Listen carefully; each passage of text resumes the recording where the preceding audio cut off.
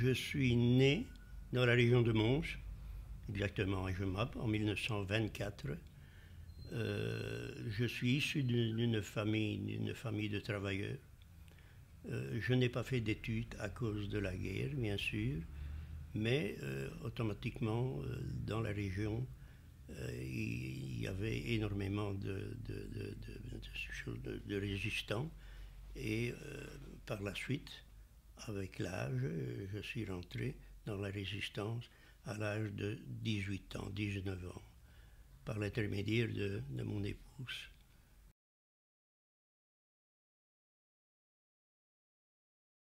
Ah ben c'est arrivé, je pense, au mois de mai 1940, c'est ça?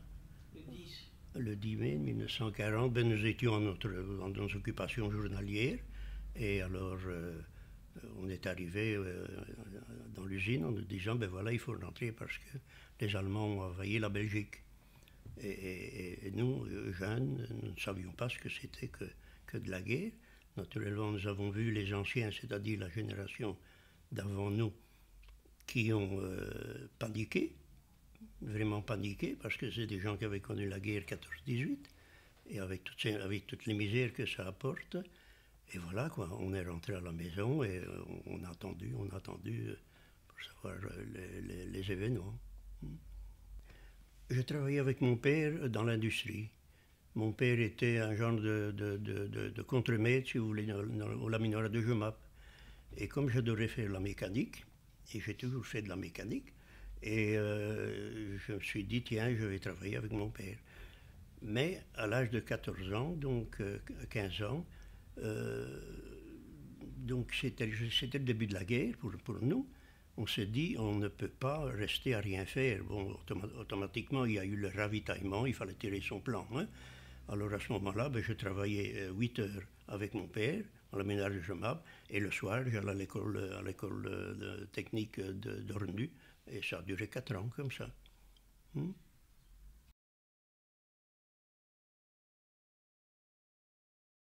Que nous n'avons pas vu les Allemands de suite. Il y a eu l'évacuation. C'est-à-dire l'évacuation, tout le monde a pris ses vélos, ses valises et tout ça, et nous sommes partis en France pour justement éviter de rencontrer les Allemands. On nous avait parlé à la guerre 14-18 qu'ils avaient connu les Uhlans, hein, qui massacraient les gens comme ça pour un oui, pour un non. Donc il y avait une frousse générale. Nous avons fait l'évacuation qui a duré une quinzaine de jours. Et quand nous sommes rentrés, naturellement, bon, ben, il a fallu réorganiser la vie de tous les jours parce qu'il n'y avait plus beaucoup d'habitants dans les villages. Alors là, on s'est remis au travail, et un peu à la fois, on s'est dit, tiens, là-bas, il y a des gens qui ont été arrêtés parce ils ont fait soi-disant de la résistance. Nous ne savions même pas ce que c'était la résistance. Bon, ben, moi j'avais 16 ans, et voilà, quoi. Hein, et nous avons repris le travail, naturellement, avec tous les avantages, les inconvénients de l'occupation allemande. Quand nous avons vu les premiers Allemands, c'était à l'évacuation. Et nous nous trouvions à Wenzel-Sec. Et nous avons vu les premiers Allemands arriver sur une Jeep, naturellement, qui parlait très bien le français, qui était très poli et tout. Et voilà, quoi. C'est le premier contact que nous avons eu avec les Allemands, mais qui n'était pas un contact de peur. Non, ces gens-là étaient bien drillés pour avertir les populations qu'ils venaient pour nous délivrer et pour éventuellement nous aider. Voilà.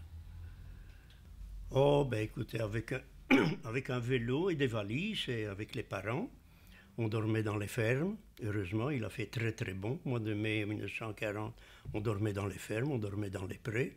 On se permettait de rentrer dans des magasins parce qu'il fallait manger. Et voilà, quoi. Et quand nous avons vu que les Allemands nous ont rattrapés, et on s'est dit, ben, pourquoi aller plus loin? Alors à ce moment-là, nous avons rebroussé chemin. C'est une exode qui a duré une quinzaine de jours, tout au plus. Hein.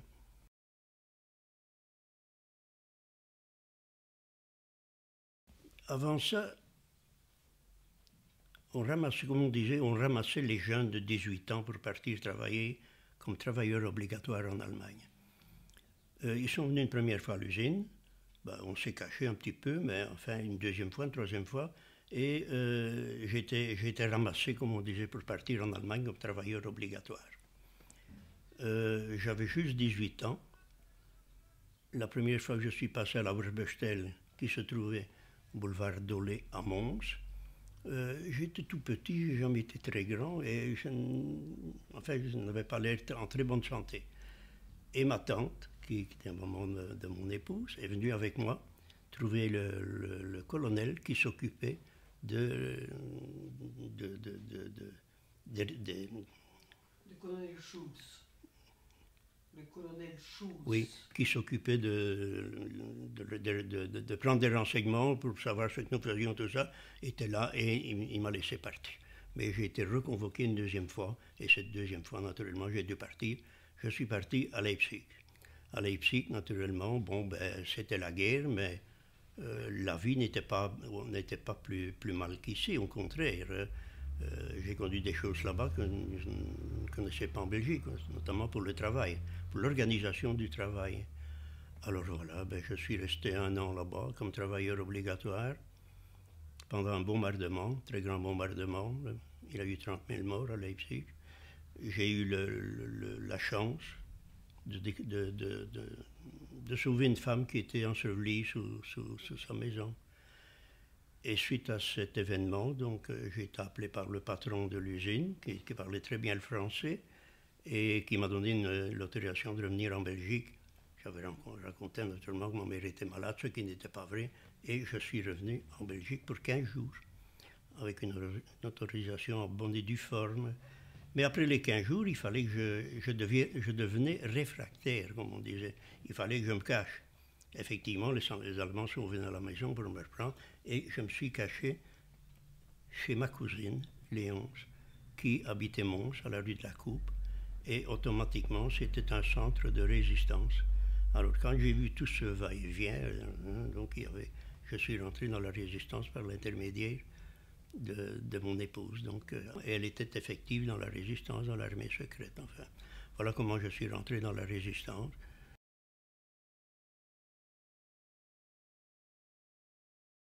À ce moment-là, bon, ben, j'étais dans des équipes de gens qui étaient plus âgés que moi. Je n'avais que 18 ans, 19 ans. Et j'ai commencé par faire des missions que je devais accepter donc, dans l'armée secrète. Les genres de missions, ben, les premières missions, c'était des missions d'essai qui n'étaient pas très difficiles, qui n'étaient pas très dangereuses. Il s'agissait de récolter de l'argent dans les postes et dans les banques. Nous étions mandatés par nos chefs, et avec cet argent, en général, 3/4 du temps, nous étions d'accord avec le percepteur de poste. Donc on raflait de l'argent, et cet argent servait à nourrir les réfractaires, qui étaient cachés dans des fermes, il y en avait partout. Cet argent donc, servait à la survie des réfractaires, des gens qui ne voulaient pas aller en Allemagne. Alors, les missions ensuite, étaient des missions un peu plus délicates. Nous avions énormément de Belges, enfin énormément n'est pas le mot, mais enfin il y avait beaucoup de Belges qui étaient des délateurs et qui renseigner aux Allemands des jeunes qui étaient cachés. Pourquoi? Parce que ce sont des gens qui ont travaillé avec la Gestapo. Et ces gens, naturellement, il fallait les empêcher de nuire. Il y avait énormément de systèmes pour cela. Et voilà, j'ai fait ce genre de mission aussi. Nous allions attaquer aussi des grands dépôts de marchandises, dépôts allemands, par camion, que nous distribuions. On distribuait aux réfractaires qui étaient bien cachés et qui ne voulaient pas partir en Allemagne. Il y a eu nous sommes allés rechercher notre chef de groupe à l'hôpital civil de Mons, qui avait été arrêté et blessé par les Allemands. Et nous sommes allés avec une ambulance et des voitures et des résistants. Nous l'avons enlevé et nous l'avons conduit dans un endroit où on a pu le soigner convenablement, quoi, hein. Bon, des missions, on n'en faisait pas tous les jours, hein, parce que nos chefs étaient des gens qui éventuellement faisaient partie de l'armée ou de la police judiciaire, etc. Donc c'était des gens qui étaient déjà plus ou moins dans le bain, parce que nous autres, on nous demandait des missions, mais nous ne savions pas pourquoi. Hein. Voilà. Il y en avait qui étaient faciles, il y en avait qui étaient dangereuses. Il y avait des Américains qui étaient tombés en avion et qui étaient cachés ici à... Non. Dans la région. Dans la région, qui était cachés dans la région, chez un menuisier, où le docteur Blondiot habitait, mais je ne sais plus où. Enfin, et un jour, on me dit, ben voilà, on m'appelait le gamin, avec un autre résistant, je me suis présenté chez ce menuisier. J'avais le mot de passe, et je me suis trompé dans le mot de passe. Et à un moment donné, donc, c'était le valet de cœur que je ne... Et je me présente avec mon copain et je dis, ben voilà, c'est le valet de pique. Et en entendant, j'entendais des verrous de fusil qu'on... Et alors mon copain me dit, mais donc c'est pas ça, c'est le valet de cœur. Et c'était le valet de cœur exactement. Et c'était pour prendre des aviateurs qui étaient tombés ici plusieurs mois plus tôt et qu'on avait opéré dans une cave à Chose. Enfin, dans ce petit village. C'est le docteur Delauve, qui était de la résistance aussi, et le docteur Dubois, qui était décapité ici à Soigny, qui avait opéré ces aviateurs donc dans la cave, et c'était pour transférer ces aviateurs, c'était le réseau. Donc je me suis amené avec une voiture, on roula l'essence, mais j'avais une autorisation, je suis amené et on a pris ces deux aviateurs. On les a conduits par Charleroi et tout ça. Et là, il y avait un autre réseau qui les prenait, tout ça. Le menuisier, c'est le menuisier c'est pas aux rues, mais c'était Adam, le menuisier Adam. Et on avait opéré ces gars-là dans la cave. Il y en avait qui avaient son bras sur le côté. Et tout ça. Et voilà, quoi. Donc c'était un genre de mission qui était dangereuse. Parce que il ne fallait pas prendre des petits chemins quand on transférait des aviateurs comme ça. Si on vous voyait dans un petit chemin avec une voiture et tout ça, on vous arrêtait. Donc, Charleroi, Namur et tout ça. Donc, il fallait beaucoup de chance. Il fallait beaucoup de chance.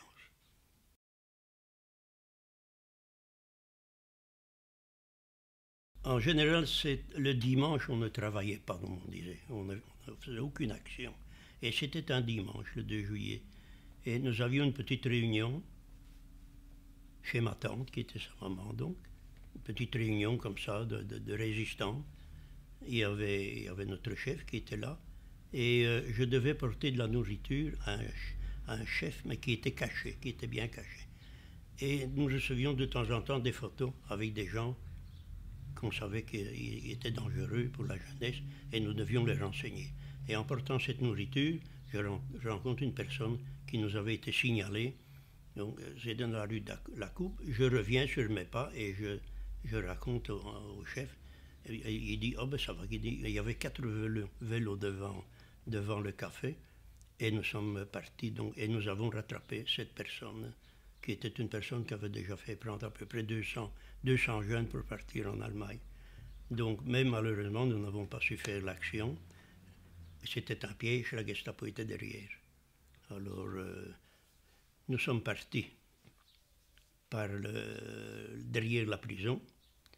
Et malheureusement, les Allemands nous ont suivis avec une voiture et la mitraillette et tout ça, la mitrailleuse.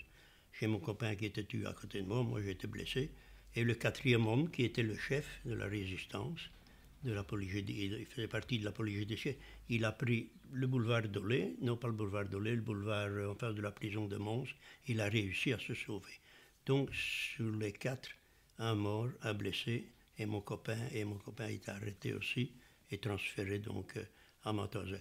Mais avant ça, naturellement, il y a eu la Gestapo à Mons. Hein. Nous étions incarcérés dans la prison de Mons, au secret. Et tous les jours, pendant un mois, nous passions dans les bureaux de la Gestapo, qui se trouvaient en face du Vauxhall à Mons. Et là, naturellement, c'était la schlack, c'était les coups, c'était la torture et tout pendant un mois. On ne retournait même plus à la prison, il y avait des caves là, et on nous faisait dormir dans ces caves. Je m'excuse un petit peu pris. Et alors là, c'était un très mauvais moment. Très mauvais moment parce que mon copain et moi, naturellement, on s'entendait gueuler d'une pièce à l'autre, tellement on frappait, fracture de colonne et tout ce que vous voulez. Enfin. Et à un moment donné, on nous a séparés. Nous étions au secret parce que nous avons passé dans un tribunal qui s'appelait le Schnellgericht. Les Allemands appelaient ça le Schnellgericht, donc un tribunal à la va-vite. Ça a duré un quart d'heure, une demi-heure. J'avais même un avocat. Et là, j'étais condamné à mort, mon copain aussi. Et à partir de ce moment-là, c'est fini, on ne nous a plus ennuyés, on n'a plus eu de courrier du tout. Donc on a attendu. Nous savions que nous allions être fusillés le 5 septembre à la prison de Saint-Gilles. On ne fusillait pas à Mons, on fusillait à Saint-Gilles. Donc les gens qui étaient désignés pour Saint-Gilles, on savait que c'était pour être fusillés. Et je devais être fusillé le 5 septembre parce qu'il vient se greffer une autre histoire. C'était un café chez mon épouse. Et il y avait un infirmier allemand qui venait boire un verre de temps en temps. Et cet infirmier, il me soignait suite aux blessures que j'avais eues. Donc j'ai eu des papiers de la résistance.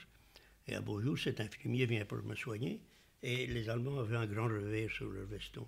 Et il me dit, écoute, je parle un petit baragouine un peu l'allemand, prends le papier qu'il y a dans le revers de mon veston. Et je n'osais pas, je dis, ça c'est encore une attrape, c'est encore un truc. Mais le deuxième jour, il me dit, si tu ne prends pas le papier, je ne viens plus. Par après, il l'avait fait passer, j'ai pris le papier. Et c'était un message du groupe de résistance me disant, courage gamin.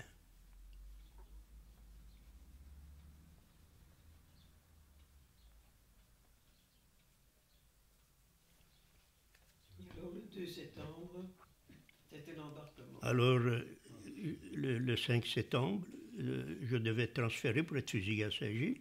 Mais le 1er septembre, grand bras de combat dans la prison de Mons. Et on croyait que c'était pour ça, mais on faisait sortir tous les prisonniers. Et il y avait 4-5 camions. On nous embarquait dans les camions avec les dossiers de la Gestapo. Et ça, c'était mauvais. Et c'était la retraite des Allemands. Les Américains sont rentrés le 2 septembre à la ville de Mons. Et là, on ne savait pas où on allait. Que quand on a vu que les Allemands embarquaient avec des coffres et les dossiers, tout ça, on s'est dit, ça, c'est autre chose. Et on a compris un peu, un quart d'heure après, que les Allemands battaient en retraite, quoi. Hein. Donc, nous étions bien gardés. Nous étions, je vais vous donner une liste d'ailleurs, nous étions 127 de la prison de Mons. Hein. Et dans 4-5 camions. Alors il y avait des camions aussi pour les Allemands avec leurs dossiers. Et on était heureux, on se disait qu'est-ce qu'on va faire. On entendait le canon, on entendait tirer hein, alentour de Mons. Hein. Donc on était joyeux et on est passé par Namur, on est passé par Charleroi, Namur. Et à Namur, les Allemands ont réquisitionné des wagons, les fameux wagons à bestiaux. Et avec les Allemands, et nous sommes partis. On ne savait pas où nous partions. C'est après que nous avons su que nous partions dans les camps de concentration.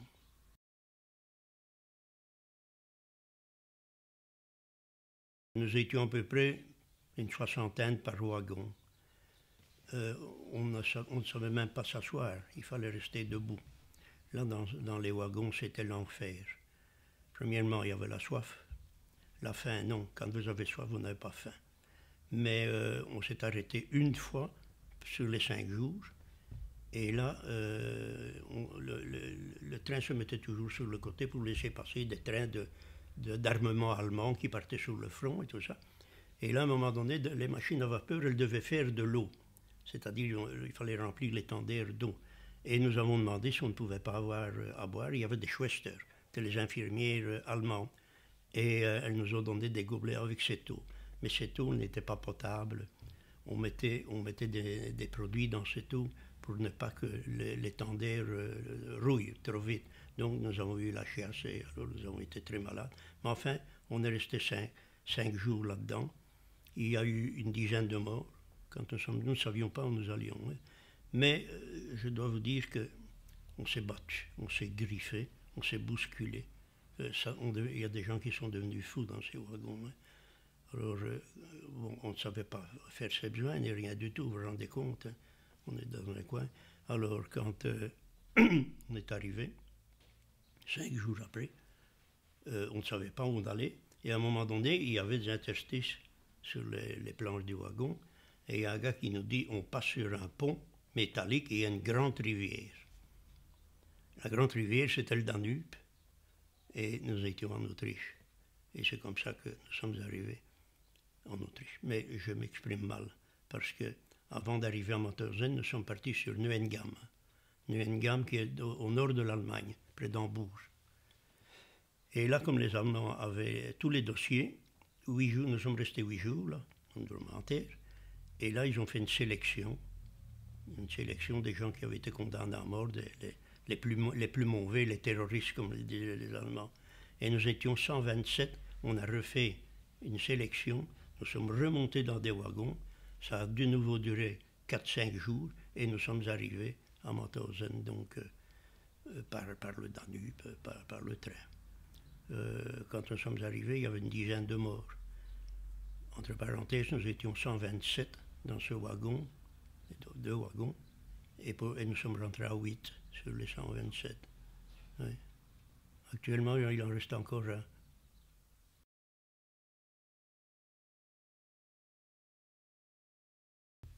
Là, il y avait énormément d'Allemands alentour de la gare.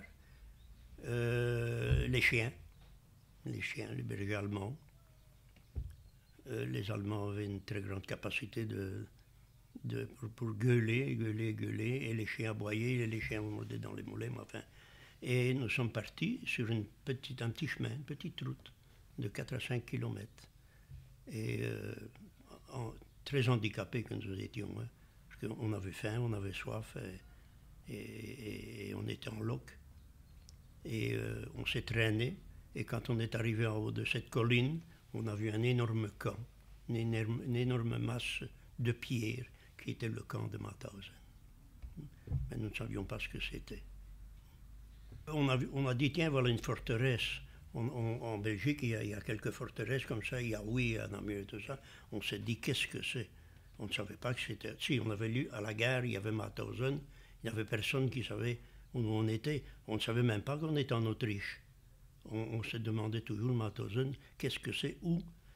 Et naturellement, sans entendre les Allemands parler, on était in Österreich, et on a compris que.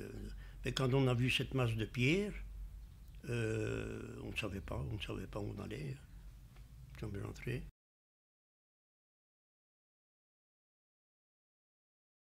Dans l'allée centrale, et là nous avons vu, on nous a mis sur le côté pendant des heures et des heures, et nous avons vu d'autres prisonniers qui revenaient de la carrière. Il y a les 186 marches, et nous avons vu ces gens arriver vraiment en lambeaux, vraiment des morts vivants qui revenaient sur le camp avec des pierres et tout ça, et on se demandait qu'est-ce que c'était, et pourquoi ces gens-là étaient si maigres, hein, et qu'on les frappait comme ça. C'était des anciens prisonniers qui tous les jours allaient à la carrière et devaient rapporter une pierre, donc, et faire les 186 marches. Et alors, à ce moment-là, on a compris que nous n'étions pas dans un camp pour gens enfin, on a compris que nous allions être maltraités parce que à voir ces gens remonter de la carrière, on se demandait qu'est-ce que c'était.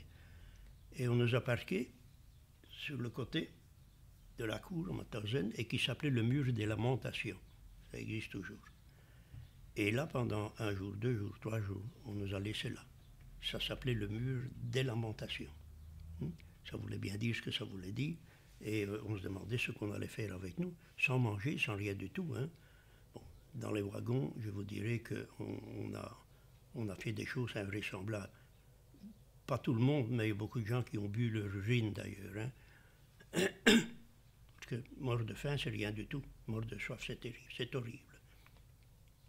Et là, après 4-5 jours, donc 3 jours, je pense, on nous a fait descendre ce qu'on appelle un washroom. Donc ce sont les douches. Et quand on est descendu, naturellement, on nous a déshabillés, on nous a rasés, on nous a tondus. Et c'est là que nous sommes rentrés effectivement dans le camp avec les autres prisonniers. Nous étions des novices et ces gens-là nous regardaient et nous faisaient comprendre que un mois, 2 mois, la moyenne de vie à Mauthausen était de 60 jours. Donc, sauf les gens qui allaient à la carrière. Alors là, on a essayé de comprendre, mais on a vite compris quoi. Hein. Nous sommes restés en quarantaine, une huitaine de jours, 8-10 jours. Après, nous avons reçu un uniforme. J'en ai encore un d'ailleurs. Et nous avons appris que nous partions en commando. Alors, le camp de Mauthausen était le camp principal et les commandos étaient des unités de travail qui fabriquaient de l'armement de guerre. Donc, 8-10 jours après, nous avons un costume rayé, nous avons repris le petit chemin et nous sommes arrivés dans un commando qui s'appelait Gusen, où on fabriquait des avions Messerschmitt. Alors là, bon, c'était l'enfer. C'était l'enfer. C'était l'enfer parce que on était dans des blocs, nous étions 800 par bloc, à peine qu'on pouvait en mettre 400, les autres dormaient sur le plancher. Et la vie était infernale parce qu'on se levait à 5 heures au matin pour commencer le travail à 6 heures. Nous allions dans une usine, dans un petit village qui s'appelait Saint-Georges. On en parle d'ailleurs dans le petit bouquin. Et là, on travaillait pendant 12 et 14 heures. On rentrait 6 heures, 7 heures du soir. Alors, il y avait les appels. Les appels, c'était mortel. Les appels, donc, ça pouvait durer 1 heure, ça pouvait durer 3 heures, 4 heures. Dans le froid, dans la pluie, dans la neige, tout ce que vous voulez. Alors là, il y avait énormément de morts. Et il y avait le fameux appel de la journée, c'était le soir avant de rentrer dans le bloc. Et il y avait un Schreiber, donc c'est il vous appelait par votre numéro. Bon, mais écoutez, celui qui ne connaît pas l'allemand, moi j'avais le numéro 99 653. Moi je savais répondre, mais mon copain ne savait pas. Donc, et celui qui ne répondait pas, le capot arrivait, et 3/4 du temps, il était écrasé de coups, quoi.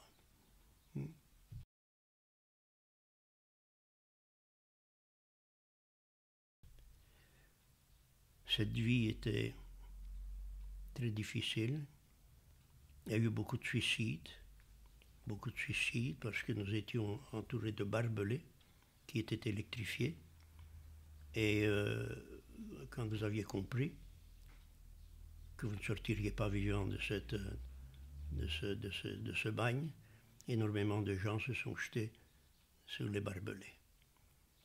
Quand les capots voulaient vous faire mourir, c'était facile. À 1,50 m des barbelés, il y avait une ligne blanche.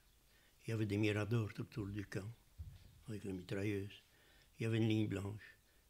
Le capot voulait vous faire mourir, il prenait votre capot et il le jetait au-dessus de la ligne blanche. Si vous n'aviez pas votre capot, quand on faisait l'appel, vous étiez mort. Si vous alliez rechercher votre capot, les mitrailleuses crachaient et vous étiez mort. Donc il y a eu énormément de morts comme ça. Pas tout de suite, mais à la longue, j'ai eu envie de le faire aussi. Parce que je me disais, je ne sortirai pas vivant. Mais vous savez, bon, on pense à ce moment-là, on pense à sa famille, j'avais 20 ans. Je me dis, je vais encore essayer de survivre. Hein. Mais il y a des fois, j'ai eu envie de le faire aussi. Il y avait énormément de gens qui se pendaient. Enfin, là, on était mal nourris. On n'avait presque pas à boire. On avait un bol de café le matin, c'est tout ce qu'on avait. On avait un petit morceau de pain. Dans le début, on avait la boule à 6. La boule, c'était la boule de pain. On prenait 6 prisonniers, on jetait la boule et vous deviez tirer votre plan pour couper la boule. C'était du pain allemand très dur, mais on ne pouvait pas avoir de couteau ni rien du tout. Donc on devait la... Et alors, comme nous avions d'autres prisonniers qui étaient plus forts que nous, en général, nous avions toujours le petit morceau. Et c'est tout ce qu'on avait comme nourriture. Donc la nourriture, c'était quelque chose de très important. On a mangé un peu de tout, des écorces d'arbres, des herbes et tout ça, parce que c'était le bienvenu. Alors il y avait énormément de morts tous les jours, morts de faim, ou morts de soif, ou morts par les coups de matraque des capots. Les escaliers, les 186 marches de la carrière, il faut compter qu'il y avait tous les jours une vingtaine de prisonniers qui restaient sur les escaliers. Parce que les SS étaient de chaque côté des escaliers, avec les chiens en laisse. Et bon, les chiens vous mordaient les mollets, on avait les mollets en sang. Et quand on tombait, ben, c'était le chaos. Et il n'y a plus personne qui savait avancer. Alors vous voyez, c'était quelque chose d'épouvantable.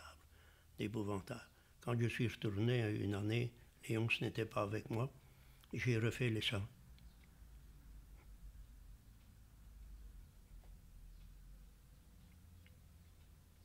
En pensant à tous ceux que j'avais vus mourir. Il n'y a rien à faire et il y a presque 70 ans que la guerre est terminée, je vois toujours ces malheureux qui étaient abattus par les SS et par les capots. Parce que ces gens, les capots, ils avaient le droit de vie et de mort, surtout les prisonniers. Les SS, non, vous savez, les SS, il y en a eu, bien sûr, qui ont descendu des malheureux, mais ils laissaient faire la sale besogne par les capots. Et ces capots, naturellement, bon, ils étaient bien habillés, ils avaient un costume rayé, mais vraiment, c'était classe, hein. Et alors, ils étaient bien gros et tout, ils avaient toute la nourriture qu'ils voulaient.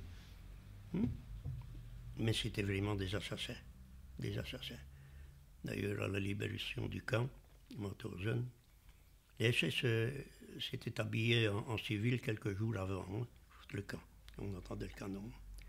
Mais les capots, eux, il y en a quelques-uns qui ont été ramassés. Et malheureusement, ils ont été ramassés par les Russes. Alors là, ça a été vite. On les a mis dans une baraque et on a mis le feu.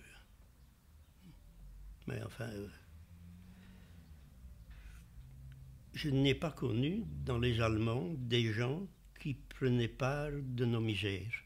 Parce que nous étions aussi, dans les fameuses usines de Saint-Georges, nous étions commandés par des civils allemands. Et moi, par le métier que j'avais une formation de mécanicien, donc j'étais dans les bien mis. Mais dans le métier que j'avais un petit atelier à part et je travaillais avec des Russes. J'étais le chef. J'avais 5-6 Russes avec moi et nous partions à gauche et à droite dans les chantiers. Mais disons que j'étais encore bien placé. Seulement, j'ai eu un chef autrichien qui me regardait comme ça dans les yeux, et où il était sous, où il n'était pas sous, mais souvent il était sous. Et quelquefois, il me demandait comment ça allait. Kleine Belgique. Et le lendemain, il arrivait sur moi, il me foutait un coup de poing. Donc, j'ai travaillé avec des civils allemands dans les tunnels, les fameux tunnels. Il y avait énormément de morts. Je n'ai jamais eu un mot gentil, un mot d'apaisement de la part de ces civils. Sauf une fois. Une fois, on m'a mis avec un civil allemand pour un travail assez compliqué. Et à un moment donné, donc, j'ai fait le travail, mais lui me regardait. Et il a mangé ses tartines, donc, hein. Il avait un gros paquet de tartines comme ça. Et moi, je me trouvais à côté, je ne pouvais pas bouger. Et je le regardais naturellement. Et à un moment donné, il m'a regardé aussi. Et il a pris une tartine et me l'a acheté dans la poussière. C'est le geste des Allemands de bonne volonté que j'ai trouvé, enfin voilà.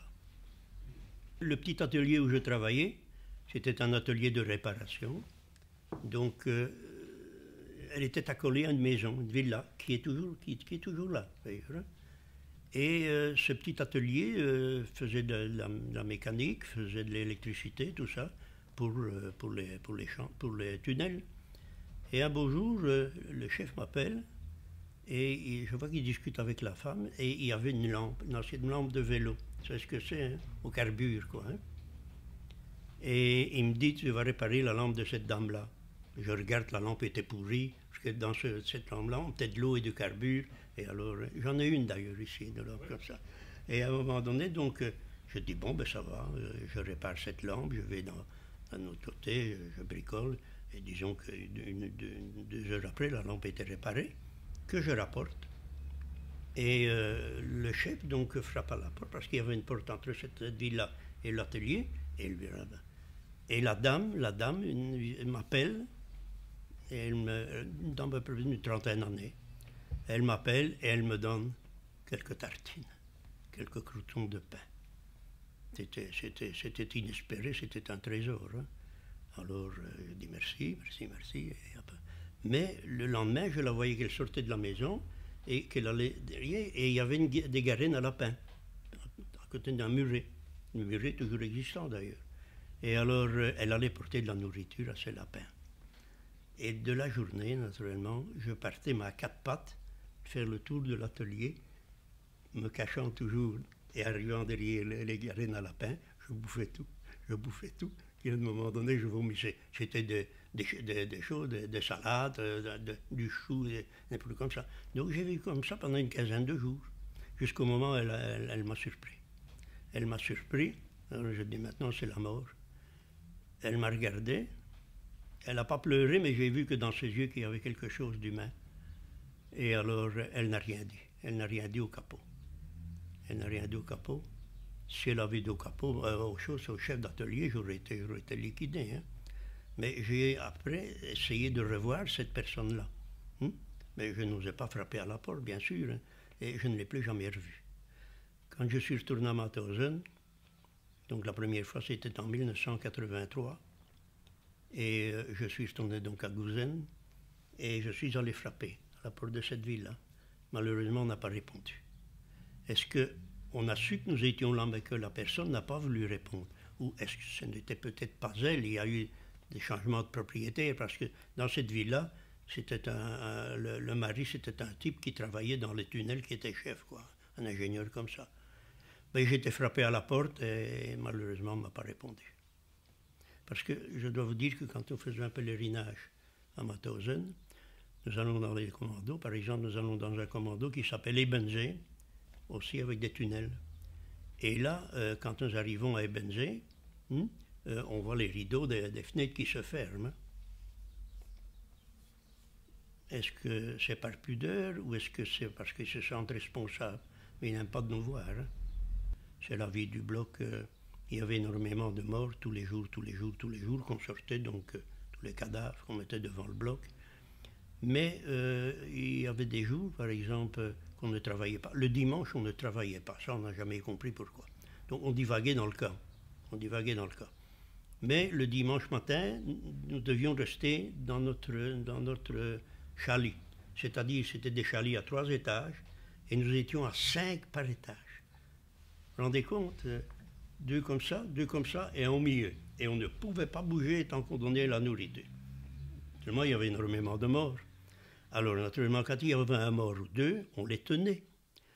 Et quand les capots passaient avec la nourriture, qu'ils voyaient un crâne rasé, parce qu'on avait une tonsure encore au milieu, ils voyaient le nombre de crânes, 5 crânes, ils jetaient 5 morceaux de pain. Donc, on tenait quelquefois 2 à 3 jours les morts avec nous, pour avoir les morceaux de pain, qu'on partageait après entre nous, quoi. Hein.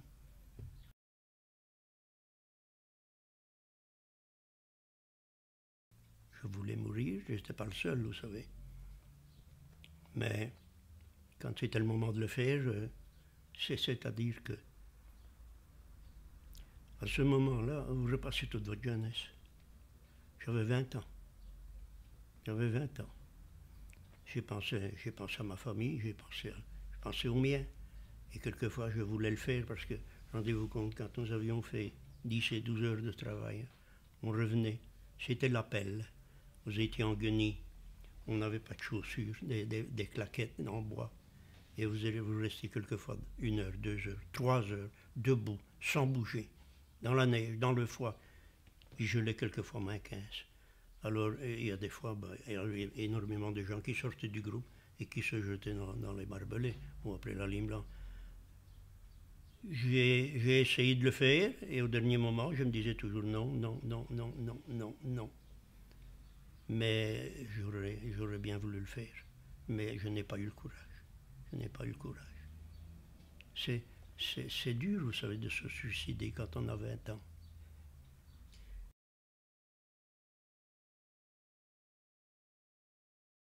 Nous étions à Gouzen, donc, mais ce n'était pas vraiment à Gouzen que nous étions. Le travail se faisait à Saint-Georges. À Saint-Georges, donc, c'était une colline, et il y avait 13 kilomètres de tunnels, de Stollen, qu'ils appelaient ça les Allemands. Donc, quand vous aviez fini votre travail, vous deviez sortir des Stollen, vous mettre en rang, déjà en appel. Moi, de mon petit atelier, naturellement, je faisais comme les autres, à l'appel. Et là, il y avait une locomotive. Il y avait comme une espèce de gare, une locomotive, avec une dizaine de wagons. Parce que dans les tunnels, nous étions quand même 3 à 4 000. Et la locomotive, elle faisait plusieurs navettes. Hein. Mais vous montiez dans ces wagons, c'était des wagons plats, mais ils n'avaient pas d'escalier, rien du tout. 3/4 du temps, vous étiez en sang, les mollets, et les Allemands avec leur schlack et les chiens.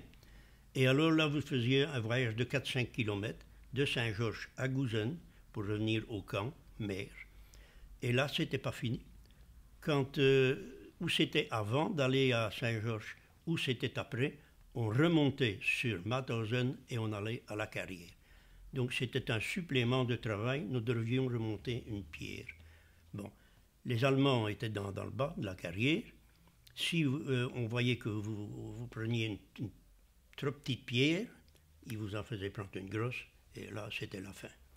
Alors moi j'essayais toujours, parce que j'étais blessé au pied et tout ça, donc j'avais un gros pied, et j'essayais toujours de prendre un sillage, c'est après que j'ai su que c'était un sillage de 4-5, donc pour avoir une grande face, et me le mettre comme ça pour que les Allemands, les capots voient que j'avais pris une grosse pierre. De toute façon, je n'aurais pas su emporter une plus lourde. Hein. Et alors, quand tout le monde avait sa pierre, on se mettait en rang, pas en rang, par 5, c'était toujours. Et alors, on montait les marches. On montait les marches. C'était quelque chose d'extraordinaire. On arrêtait peut-être une dizaine de fois pour arriver en haut de la 186e. Parce que pourquoi? Parce qu'il y avait des gens qui mouraient sur les escaliers. Il y avait des gens qui ne savaient plus porter leurs pieds, qui la laissaient tomber. Et alors à ce moment-là, c'était les chiens, c'était les capots, c'était les Allemands avec la schlag. Et quand nous arrivions au-dessus, on avait 5 minutes d'arrêt, de repos. On rentrait dans le camp par l'arrêt central, par la porte centrale. On déchargeait nos pieds et nous rentrions à Gouzen par le chemin, il y avait encore 3 km à faire. Et c'était tous les jours comme ça. C'était un petit supplément, la pierre, de la carrière. Mais il y a eu des milliers de morts sur cet escalier. Des milliers de morts. Et entre parenthèses, beaucoup plus de juifs que d'autres prisonniers. Ils étaient encore mis à part. Voilà, ça c'est l'histoire de la carrière.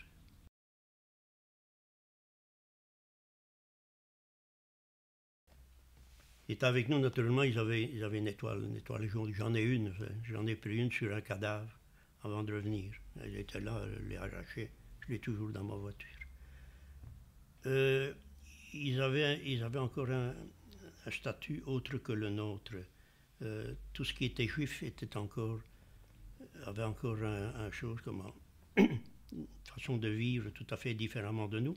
Et les Allemands, naturellement, ne les aimaient pas. Et c'était difficile de s'entendre avec eux. Bon, ils avaient leur religion, ils avaient leur façon aussi de vivre entre eux. Moi, j'ai essayé de les aider dans la mesure de mes moyens, de mes petits moyens.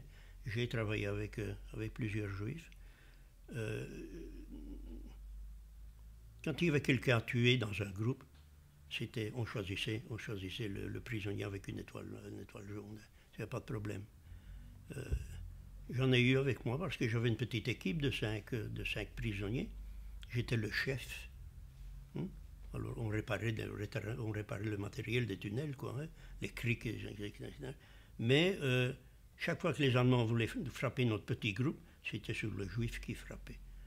J'ai vu ces malheureux mourir dans notre souffrance, même des civils. à côté du petit atelier où je travaillais, il y avait une menuiserie. Il y avait une menuiserie. Et c'était des Allemands là, qui travaillaient dans la menuiserie. Ils faisaient des modèles pour la fonderie. Et alors là, ces civils allemands, je les ai vus frapper des juifs à coups de clé anglaise. Parce qu'il y en avait un qui avait volé un petit clou pour le mettre à son sabon. On avait des claquettes avec des briques et tout ça. Tout comme ça. Et je me demandais, mais c'est pas vrai, mais c'est pas vrai. Comment est-ce qu'on peut en arriver à cette extrémité? Je t'assure, quand j'étais à la carrière, celui qui n'avait pas une grosse pierre assez, il était massacré par le capot. Et quand les capots frappaient comme ça, bon, les gens tombaient et continuaient à frapper, On voyait le sang gicler, on entendait les os craquer. Et à ce moment-là, je me disais, mais comment est-ce qu'on peut faire ça? Sincèrement, et j'étais pas le seul, on se mettait à pleurer. On se disait, c'était honteux d'être un homme. Et je vois toujours ces malheurs. Toujours.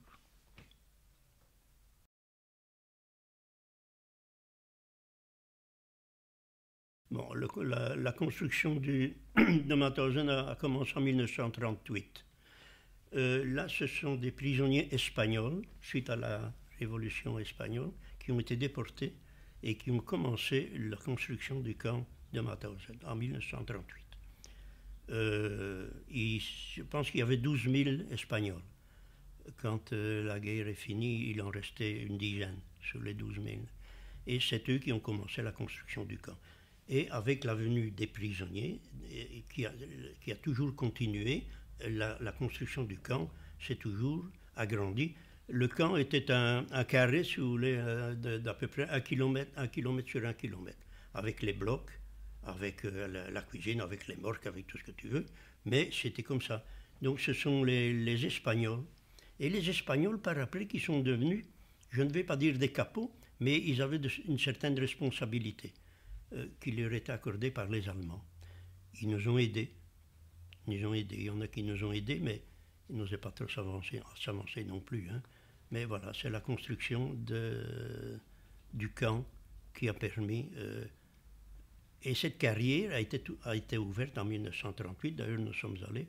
La carrière, chaque fois qu'on fait un pèlerinage, on va dans cette carrière, bien sûr, et voir comment la construction du camp a été achevée par les autres prisonniers.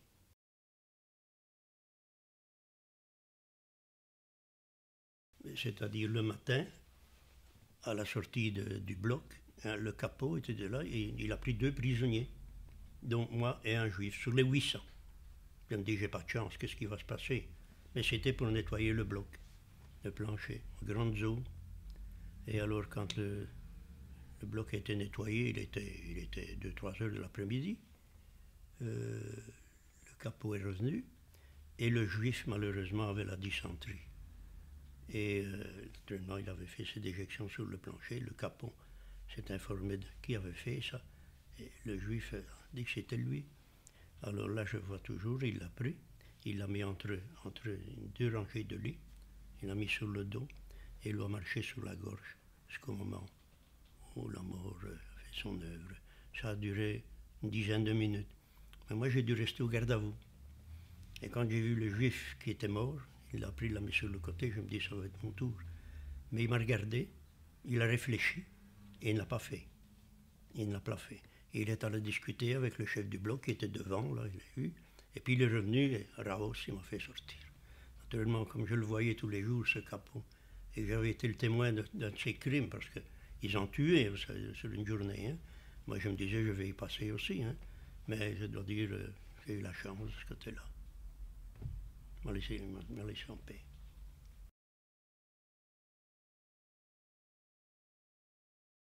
Dans ce petit atelier, de temps en temps, on venait nous chercher pour un travail en urgence. Une machine qui était en panne, des wagonnets qui étaient hors des rails et tout ça. Et je partais avec les 5 Russes faire le petit travail. Et à un moment donné, on s'est aperçu que c'était au four crématoire de Gouzen, parce qu'il y en avait plusieurs. de four crématoire. Vous savez, avec le feu, c'était le genre de civière qui partait dans le four, tout était tordu. Et derrière, il y avait de la fumée qui passait, donc il a fallu réparer cette histoire-là. Et avec les 5 Russes, donc on a réparé, on avait ce qu'il fallait, on a chauffé tout ça. Et quand c'était fini, l'officier allemand est venu et il a pris les 5 Russes avec lui et moi. Il m'a dit de rester là, bleiben hier. Je croyais que c'était pour encore un autre travail, mais non, c'était pour me faire avancer des cadavres qu'on apportait tous les jours devant le four crématoire, mais pas à l'intérieur, disons une dizaine de mètres. Et moi, je devais les prendre et les emmener devant le four crématoire. Et je me disais, bon, ben, parce qu'en général, ceux qui travaillaient dans les fours crématoires, en général, on les faisait passer au four après. Comme ça, il n'y avait pas de témoins. Donc, j'ai encore eu de la chance. À un moment donné, j'ai vu mon petit chef arriver, qui était un Autrichien, et il discutait avec le SS, et discutait, et pour finir, le SS m'a laissé aller. Et c'est le petit chef qui avait besoin de moi dans son petit atelier, et qui m'a sauvé la vie à ce moment-là. À peu près tous les jours, il était ivre, et je sais su en l'entendre parler avec un autre Allemand, il était de Saint-Valentin. Saint-Valentin, c'est un petit village à côté de Mauthausen. Il était de Saint-Valentin, et qu'il espérait bien que quand la guerre se finit, patati patata, et je me disais à moi-même, mon vieux, quand la guerre va finir, tu ne vas plus rester longtemps là, hein, parce qu'il y avait les Russes aussi. Et les Russes, ils en prenaient par les Allemands, hein, ils en prenaient. Hein. Moi, de temps en temps, un coup comme ça, en passant, on me donnait un coup. Hein. Voilà. Il se soulageait. Hein.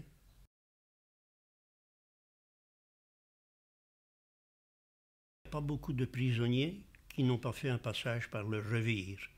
Le revire était l'infirmerie, donc. Hein. Là, c'était l'antichambre de la mort, le revire. C'est-à-dire que, en général, on était plein de furoncles. On avait le pus qui coulait des jambes. Nous avions tous la dysenterie. Et quand nous étions désignés pour le revire, il ne fallait pas rester trop longtemps. On disait qu'on était guéri. On restait 8 jours, 15 jours maximum. Et après, il fallait sortir, parce qu'à ce moment-là, c'était la fin. Alors, je me suis vu au revire aussi. Je me suis vu au revire. J'avais des plaies aux jambes, je ne savais plus marcher.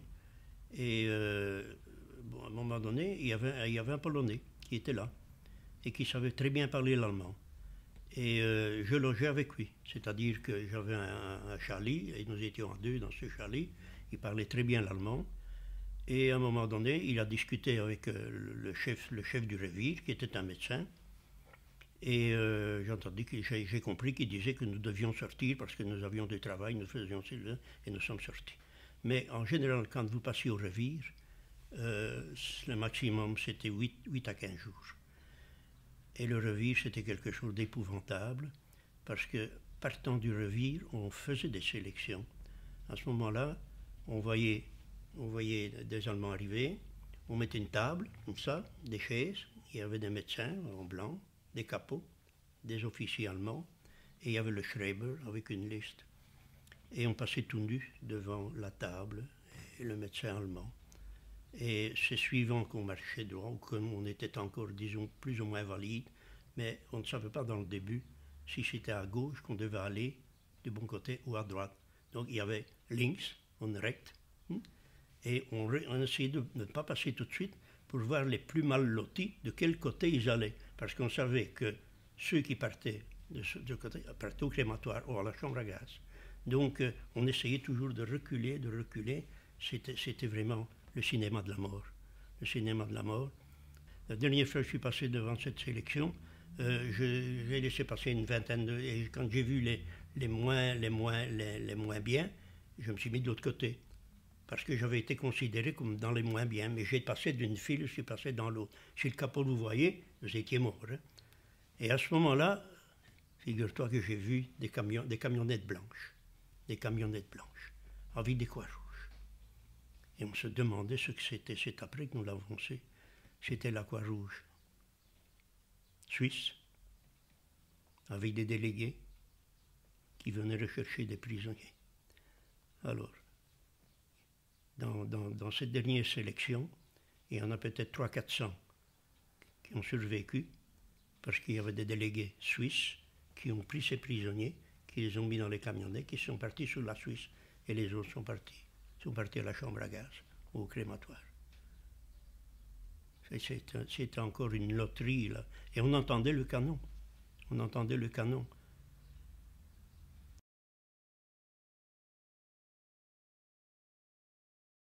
Il y avait les chambres à gaz ambulantes aussi. C'est-à-dire qu'on venait vous chercher dans des camions qui n'étaient pas bâchés, qui étaient fermés. Et le tuyau d'échappement, ils avaient fait une déviation du tuyau d'échappement qui était rentré dans l'habitacle du camion. Donc quand ils venaient chercher des prisonniers, ils mettaient à peu près une dizaine de prisonniers par camion, ils repartaient sur Mauthausen, et là, quand ils arrivaient à Mauthausen, ils étaient morts, asphyxiés. C'était les chambres à gaz ambulantes. Et les derniers jours, j'étais transféré au camp 3. Au camp 3. Et je me demandais ce que c'était le camp 3.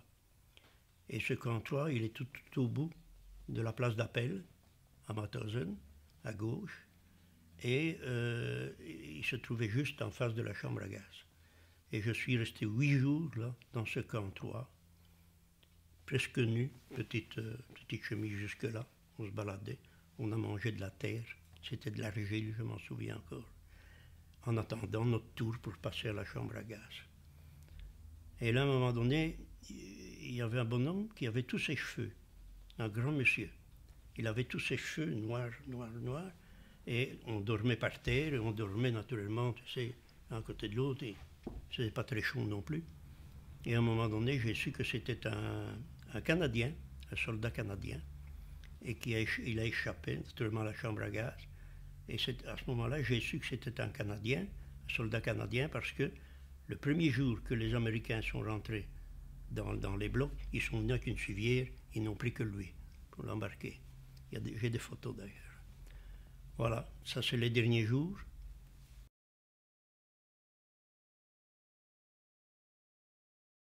On entendait le canon, on entendait des mitrailleuses, des mitrailleuses.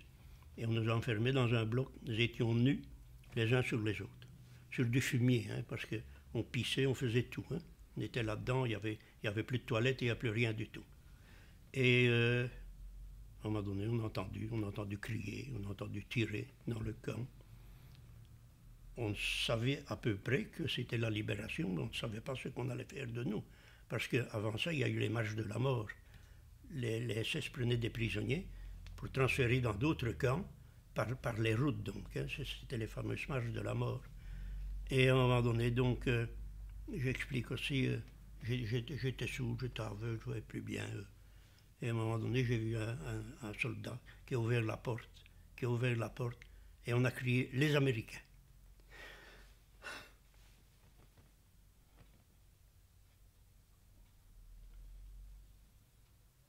Vous ne pouvez pas vous imaginer.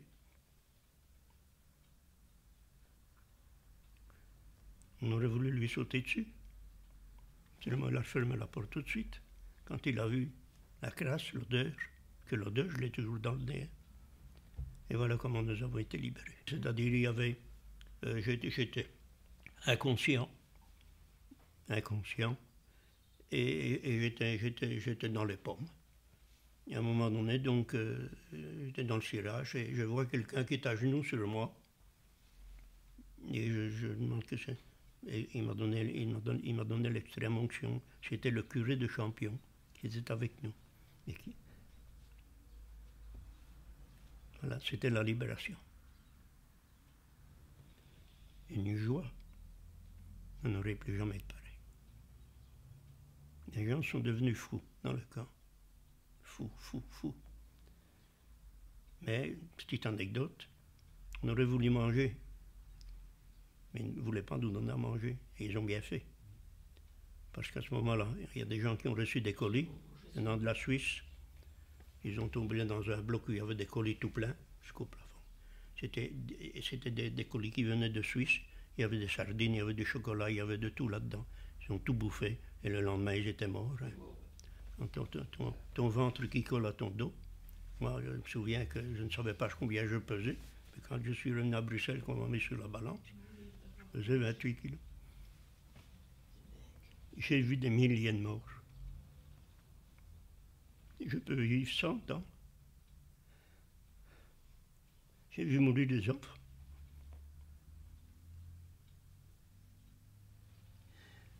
Il y avait, quand les Russes avançaient d'un côté venant de l'Est et les Américains de l'autre, les Russes qui libéraient les camps qui étaient les premiers camps, les camps polonais, il y avait un camp de femmes qui s'appelait Ravensbrück. Et Ravensbrück, on les a mis sur la route, et naturellement c'était les fameuses marches de la mort. Celles qui tombaient, on leur donnait une balle. Et le dernier camp libéré, c'était Mauthausen. Donc à beau jour, nous voyons des femmes en quenille, montées dans le camp. Et elles étaient vraiment épuisées, elles montaient par cette petite route, c'était les dernières survivantes. Elles étaient une vingtaine, quoi. À ce moment-là, j'étais encore valide, plus ou moins. Et elles avaient des enfants avec elles. Elles avaient caché des enfants. Et il y en avait 2 que j'ai vus. On les a mis à côté d'un bloc, dans la boue. Et tous les jours, on les voyait et on ne pouvait pas leur porter ni à boire ni à manger. Et on les a vus mourir dans la boue. Ils avaient quoi, 3-4 ans. C'était les derniers survivants que les femmes avaient avec elles. Mais ces femmes, alors,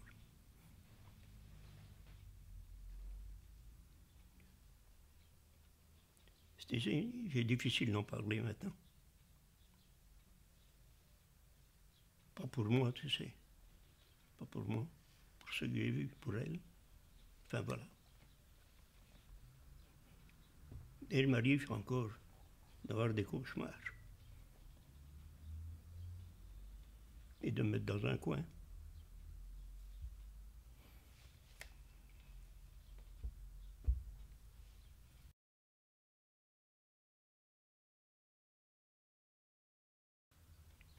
Ils sont sortis du camp. Et ils ont fait entrer dans le camp une unité de désinfection. Donc nous, on aurait voulu leur sauter dessus, les remercier, tout ça, mais il a fallu attendre 2-3 jours. C'était la période du fameux DDT, la poudre blanche, là. Donc nous sommes passés tous à cette fameuse pulvérisation de DDT, qui nous a rendus malades, naturellement, parce que nous étions remplis de vermine. Nous avions la gale, nous avions les poux, nous avions les punaises, nous avions tout. Et comme nous vivions sur du fumier depuis une dizaine de jours, bon ben on ne sentait pas bon non plus. Hein. Donc c'est à ce moment-là qu'ils nous ont fait passer à la douche de nouveau dans le camp, et qu'ils ont attendu quelques jours avant de nous donner à manger. C'est-à-dire, ils ne nous ont pas donné à manger de suite. Ils ont fait une sélection aussi dans les prisonniers. Et on avait, heureusement, qui étaient encore dans de bonnes conditions. Et là, ils ont établi un hôpital de campagne, avec des tentes et tout ça, très bien organisé, avec des médecins qui passaient tous les jours. Et voilà, moi je me demandais toujours à manger, et ils ne voulaient pas. On nous a mis les cathéters et les Baxter et tout ça. Et heureusement, on a bien fait parce que j'ai connu des prisonniers qui ont eu ce fameux colis et qui ont pu manger en 1 heure et qui sont morts le lendemain, quoi. Hein. Donc, je suis resté à Linz une quinzaine de jours. À un moment donné, on essayait de savoir, le médecin passait, il nous faisait des certificats, j'en ai encore. Et, bon, le grand principe, c'était malnutrition. Et après, on voyait les avions partir, revenir. Il y avait des Russes, il y avait des Français, il y avait des autres. Il y avait à peu près une quinzaine de nationalités différentes. Mais chaque pays venait avec ses avions.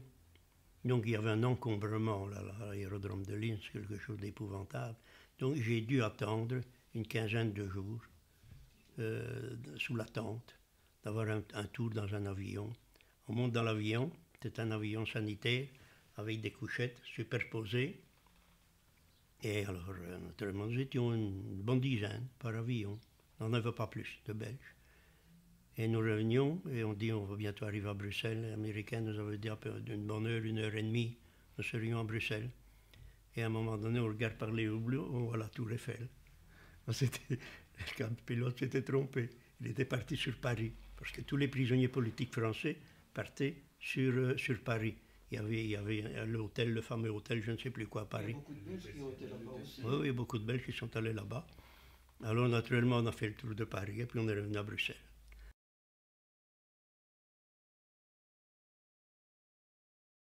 On est revenu à Bruxelles, là, naturellement, avec beaucoup de bonheur et beaucoup d'angoisse. Quand on est sorti de l'avion, on nous a mis sur des civières à terre. Et alors, il y avait la Croix-Rouge, il y avait beaucoup de gens. Et on nous a mis du chocolat sur nous, on nous a mis des fleurs et tout ça. Heureusement, il y avait des médecins qui ont repris tout ça. Et je leur demande comment est-ce qu'on va prévenir ma famille.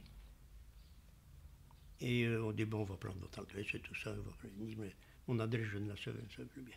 Mais maman avait un cousin qui était commissaire de police à Schaerbeek pendant la guerre.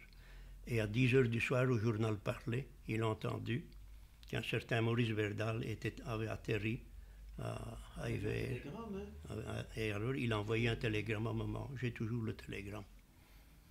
Il y avait des porteurs de dépêches à ce moment-là. Quand maman a reçu le télégramme, elle est tombée dans les pommes. Elle est tombée dans les pommes, on ne savait pas lui avoir le télégramme. C'était pour lui annoncer mon retour. Ma cousine cherche après moi. Il a fallu longtemps. C'est-à-dire que je ne reconnaissais pas beaucoup les gens. Vous voyez, les gens m'embrouillaient. J'entendais très mal. Des personnes qui étaient de la famille, je disais grand-mère, ou des histoires comme ça, quoi. Hein. Sauf quand elle est revenue le lendemain, avec un officier de police judiciaire qui était mon chef. Alors là, je les ai reconnus. Ça, c'est pas de problème. Je les ai reconnus. Bon, ben, je suis resté dans cet hôpital-là une quinzaine de jours, Léon. Hein. Et malheureusement, il faisait plein de cafards et faisait plein de punaises. C'était dans une école? Dans une école qu'on avait aménagée pour recevoir les prisonniers politiques. Enfin bref, ouais. Mais la réinsertion était très difficile, très très très difficile.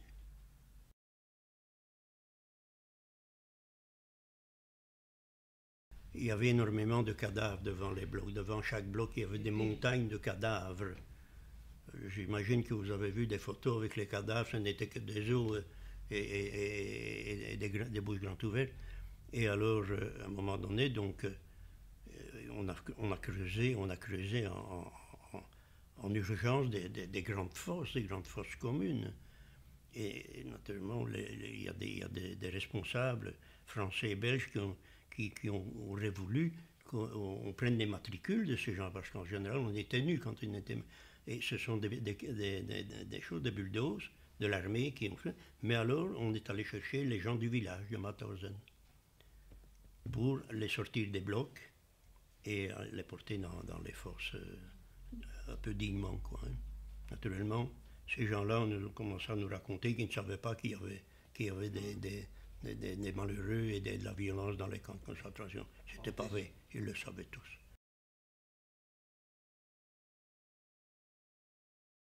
J'ai eu énormément d'affronts, de vilainie, c'est-à-dire qu'on aurait dit vraiment qu'il y avait une jalousie sur les gens qui revenaient de là-bas. Les prisonniers de guerre, naturellement, étaient restés 5 ans. Ils ont été accueillis comme nous, mais ils ont été mieux accueillis que nous. Moi, dans ma commune, une grosse commune, 14 000 habitants, nous étions peut-être 7-8 quand nous sommes revenus, des prisonniers politiques. N'ai jamais eu la visite d'une autorité communale, ni rien du tout, enfin. Or, nous étions très connus dans les communes, tout le monde se connaît.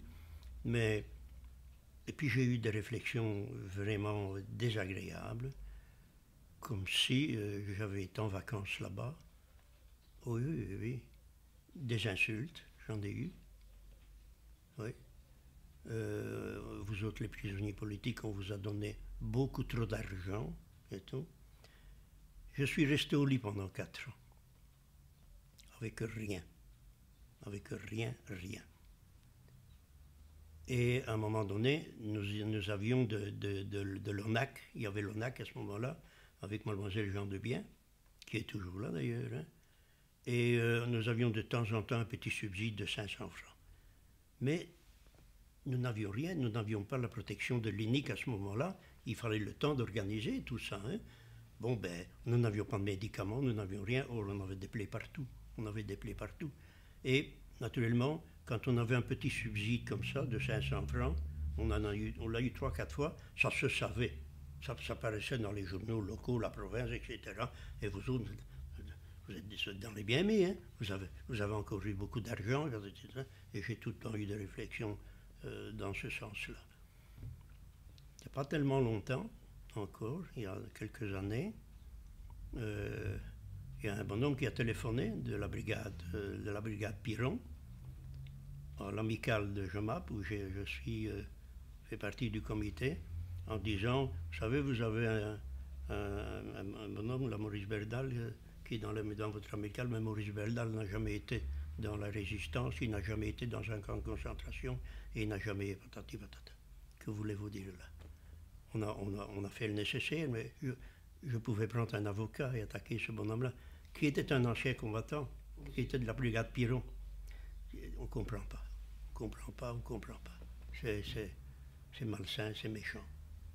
Enfin, voilà. La réinsertion était difficile parce que nous sommes restés longtemps sans travailler. Longtemps. Il a fallu d'abord se retrouver une santé. Ça n'a pas été facile. On avait énormément de mal de marcher, de survivre, de raconter toutes nos histoires.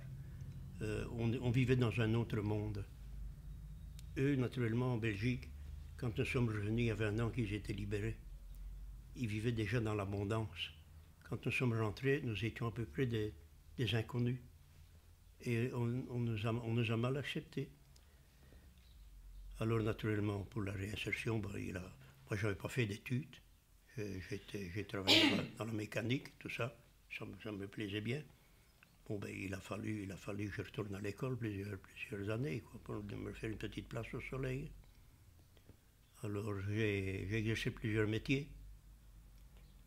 Dans les travaux, j'ai fait la construction civile, donc là, j'ai commencé à revivre un peu en ayant un traitement. Ça, c'était rare, mon premier traitement, en 1951-52. Toutes les autres années, je suis resté au lit handicapé. Et alors, voilà, et un beau jour, je vois une annonce dans le soir.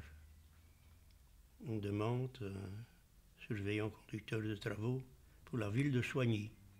J'avais des relations à ce moment-là avec les architectes, je ne connais pas Henri Delferrière, Paul Masculier, tout ça. Ben, vas-y, j'avais naturellement une priorité. Et quand je suis venu me présenter ici, la place était déjà prise, mais j'ai fait valoir ma priorité. Et c'est comme ça que je suis arrivé à Soigny, il y a plus en 1961. La construction de l'hôpital. Et la construction de l'hôpital, oui, 1956. Quand l'hôpital était terminé, Henri Delferrière, l'architecte, me dit « Maurice, tu vas venir avec nous du côté d'Anguien, on fait des gros travaux. » Et j'avais une certaine renommée comme surveillant de travaux. Donc on m'avait demandé pour rentrer à la province de Mons. J'ai hésité. Et alors le président, qui était un certain Charles Druard, me dit « Non, non, vous allez rester avec nous. » Et je suis resté à l'hôpital quand on a ouvert.